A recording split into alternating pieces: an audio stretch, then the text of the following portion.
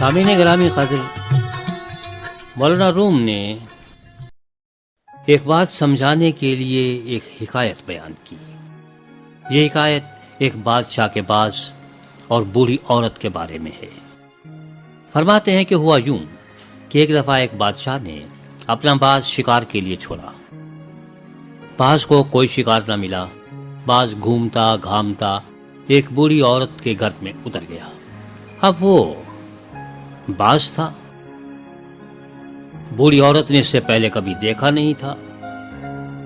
اس بیچاری نے دیکھا تو کہنے لگی، اللہ توبہ توبہ، ارے تمہارے تو اتنے لمبے لمبے بال اور پر ہو گئے، اتنے لمبے لمبے ناخن ہو گئے، معلوم نہیں کن نااہلوں کے پلے پڑ گئے تھے کہ کسی نے تمہارے پر بھی ٹھیک نہیں کیے، تمہارے ناخن بھی نہیں کاٹے۔ توبہ توبہ، یہ کیا ہو گیا؟ لہذا اس نے اس کے پر باندھے، پر کاٹ دیے، ناخن اس کے چھانٹ دیے، گھاس کھانے کو دی۔ اتنے میں وہ بادشاہ اس باز کی تلاش میں پھرتے پھرتے بڑھیا کے گھر پہ آ پہنچا۔ اس نے جو اس باز کو اس حالت میں دیکھا تو اپنے باز سے کہنے لگا کہ میاں باز، تم نے تو جنت چھوڑ کر دوزخ میں ٹھکانہ کر لیا، تمہیں تو بادشاہ کی کلائی پہ رہنا تھا، یہاں سے اڑے تو آخر دیکھو بڑھیا کی کٹیا کی سیر میں آگ کرنے لگ گئے، اور وہ بھی یہاں پہ بسیرا کر لیا، اور بڑھیا نے تمہارا حشر کیا ہے وہ تو تمہیں معلوم ہے ہی۔ باز بیچارہ بہت شرمندہ ہوا، اپنے کیے پر نادم ہوا، معافی کا خواستگار ہوا اور طلبگار ہوا۔ بادشاہ نے اسے اٹھایا اور چل دیے۔ مولانا روم اس کہانی کے ذریعے یہ بتانا چاہ رہے تھے کہ نادان دوست کی ہم نشینی انسان کو نقصان میں مبتلا کر دیتی ہے۔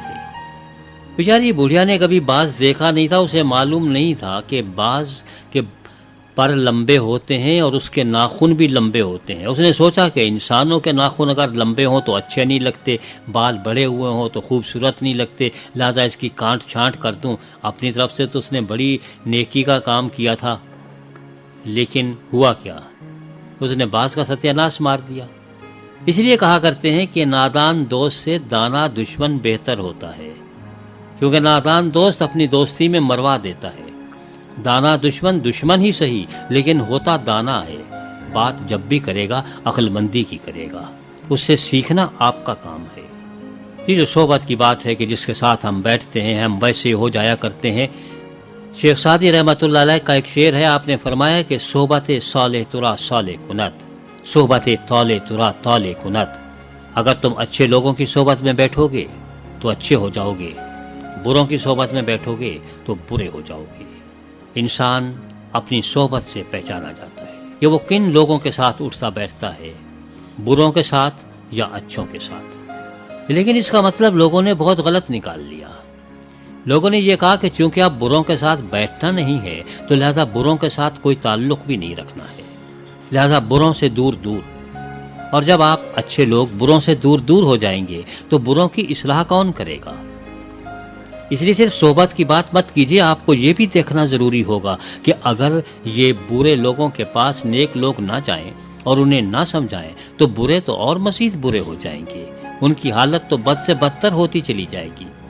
میرے مولا سیدنا مسیح سلام علیہ کے زمانے میں بھی اس زمانے کے علماء برے لوگوں سے دور دور بھاگتے تھے، ان سے کوئی سروکار نہیں رکھتے تھے اور کہتے تھے کہ نہیں بھائی یہ تو جاہل لوگ ہیں، ان کے کون منہ لگے، ان سے ہمیں بات کرنا بھی گوارا نہیں ہے، یہ لوگ شریعت سے ناواقف ہیں، حلال حرام کی تمیز نہیں کرتے، خدا نخواستہ ان کے پاس بیٹھ گئے تو کیا ہوگا، ہمارا بھی حشر وہی ہو جائے گا، تو ان سے دور دور رہا کرتے تھے۔ لیکن میرے مولا ہمیشہ ان لوگوں کے پاس جاتے تھے اور انہیں سمجھاتے تھے کہ دیکھو جو راستہ تم نے اختیار کیا ہوا ہے اس کا نتیجہ بہت برا ہے۔ میرے مولا نے فرمایا کہ دیکھو میری مثال روحانی طبیب کی سی ہے۔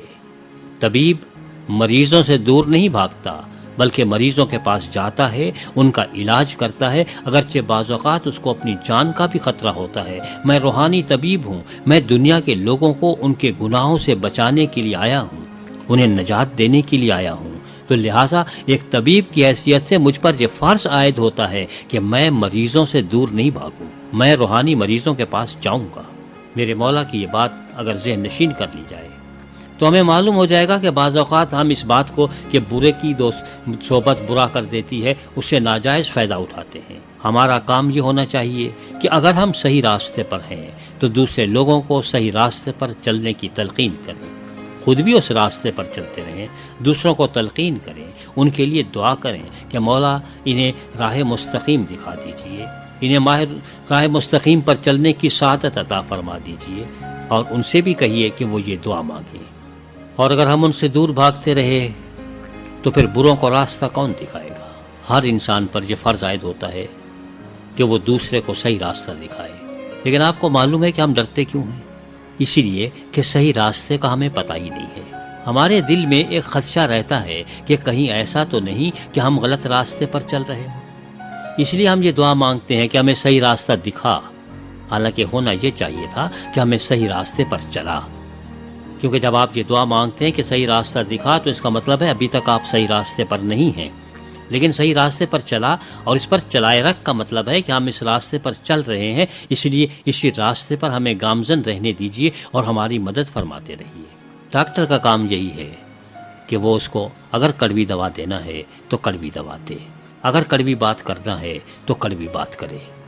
یہ مقصد نہیں ہے کہ نہ سے ہمیشہ اچھی اچھی باتیں کیے جائے اور یہ نہ بتائے کہ اس شخص میں برائی کیا ہے۔ برائی بھی بتانا آپ کا فرض ہے، لیکن اگر اسی برائی میں آپ خود مبتلا ہوں تو دوسرے کو کیا بتائیں گے؟ اگر آپ خود گڑ کھاتے ہوں تو دوسرے سے کیا کہیں گے کہ وہ میٹھا نہ کھایا کرے؟ آپ کو تو پہلے خود اس سے گریز کرنا چاہیے، اس کے بعد آپ کسی سے کہہ سکتے ہیں۔ تو لہذا ہم برے لوگوں کی صحبت سے اس طرح بچیں کہ ان کی عادات اختیار نہ کریں، ان کی عادات کا شکار نہ ہو جائیں، لیکن ان سے دور دور نہ بھاگیں، بلکہ اپنا فرض ادا کریں اور انہیں صراط مستقیم پر چلنے کی دعوت دیں۔ یہ صراط مستقیم کیا ہے؟ یہ سیدھا راستہ کیا ہے؟ جس راستے پر ہم چل رہے ہیں اس کے بارے میں انہیں بتائیں، اور یہ بتائیں کہ صراط مستقیم پر چلنے کے کیا فوائد ہیں۔ اس دنیا میں تو شاید ہو یا نہ ہو، یہاں پہ تو شاید مخالفت ہی ہو، لیکن عاقبت تو سنورے گی۔ اس لیے ہم تمام کو برے لوگوں سے بچنا نہیں ہے، بلکہ برے لوگوں کی برائی سے بچنا ہے۔ ہمیں گناہگاروں سے نہیں بچنا ہے، ان کے گناہوں سے بچنا ہے، ان کے گناہوں سے نفرت لیکن گناہگاروں سے محبت۔ یہ میرے مولا سیدنا مسیح سلام علیہ کا یہی قول بھی تھا، اور آپ کی زندگی بھی اسی میں گزری کہ آپ نے گناہگاروں سے گریز نہیں کیا، انہیں سینے سے لگایا، لیکن ان کے گناہ کے خلاف ہمیشہ روحانی جہاد کی۔